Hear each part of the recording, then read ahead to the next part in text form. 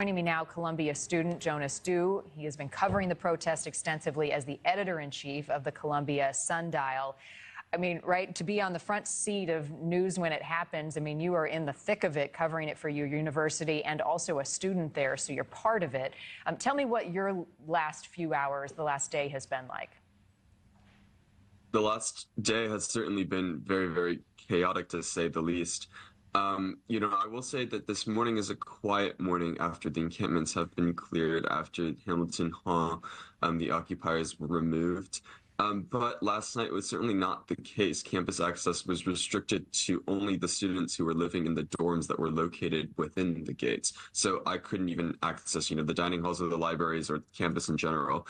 But, we were watching from, a high floor and a nearby building. We were watching the street, watching just hundreds of protesters being let out of the campus in handcuffs, watching just protests raging on as the police were there. And they were, also just bringing in, 5 or 6 giant police buses to bring out not just the protesters in Hamilton Hall, but also the protesters at not one but 2 encampments that had been set up on the campus.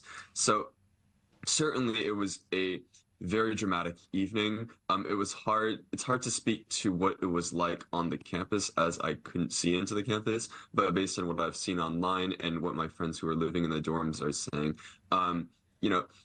the police were there to clear the encampment and clear Hamilton Hall, but there were multiple instances, documented instances of, police violence, of police brutality.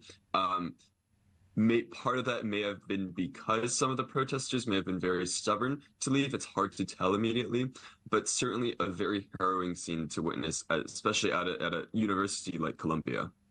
So what is the university saying right now? What is the message to you and other students, especially those who live on campus?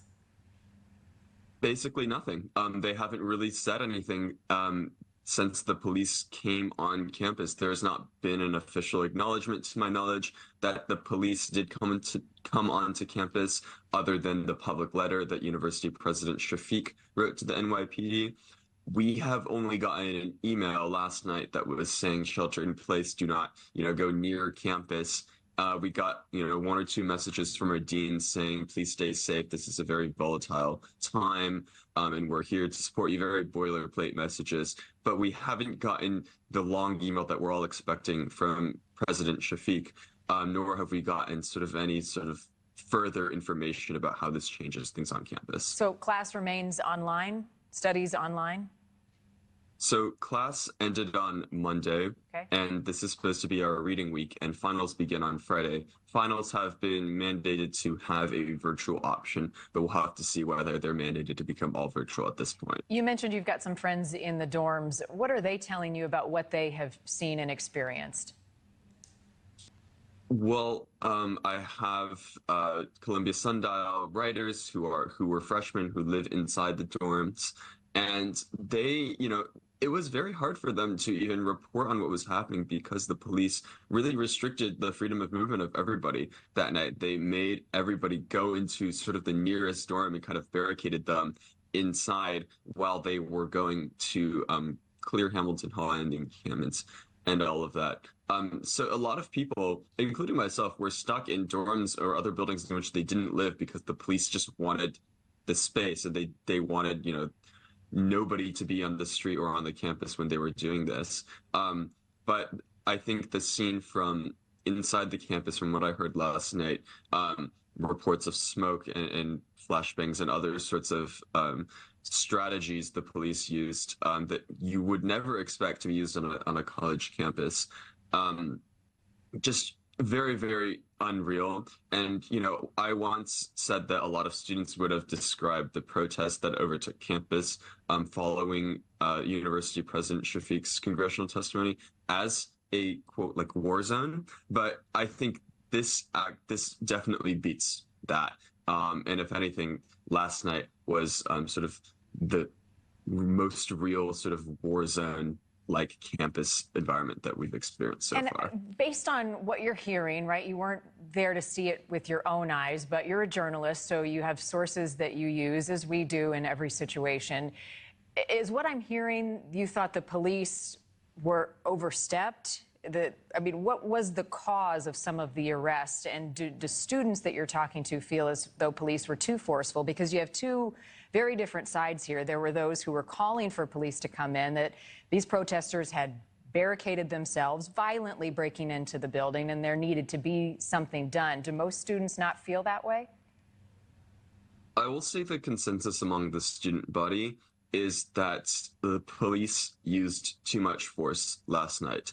There are videos circulating on social media this morning of people who were able to document some of the police action last night, and there's videos of them essentially, dragging a student, and they rolled off the steps of Hamilton as a result.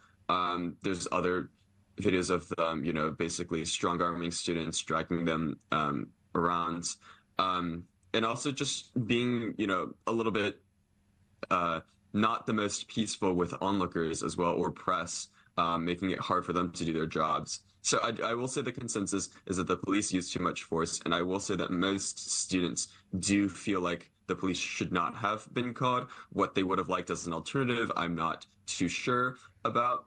But I will say that this also differs from the first time they invited police, because the first time they invited police, it was a lot more of an orderly affair. The police came onto the lawns, they made the protesters stand up from the encampment, and they put them in zip ties and let them out. Last night was very, very different. They obviously needed to access Hamilton Hall. There were a lot more people involved this time, probably at least double the number of people who were arrested. So it does make sense that there are more instances, but again, the students are not, again, approving of this decision, which is to be expected. I'm hearing that Columbia University and some of the administration are releasing some new restrictions. So I'm currently checking my inbox, and I encourage you to check yours. But when it comes to Hamilton Hall, how do most students feel about the demonstration that was happening in there and the way those protesters went about getting access to the building? Well, what I will say is that I believe that before the occupation of Hamilton Hall, most students on campus were sympathetic to, first of all, the cause of the pro-Palestinian protesters. And I think by extension, then the encampment, even if the encampment was making a lot of noise and violating university rules. But I think the occupation of Hamilton Hall, and especially to the level that outside organizations, non-Columbia organizations, were involved in that, I think that crossed a line for many students. And I do think many students want supported the encampment, but aren't supporting people violently breaking into Hamilton Hall and occupying it and escalating the situation. I don't think that some students feel that that is an appropriate means of protest. However, some of the more active and most ardent supporters of the movement are saying, look, the university isn't listening to the demands, so they have to do what they have to do.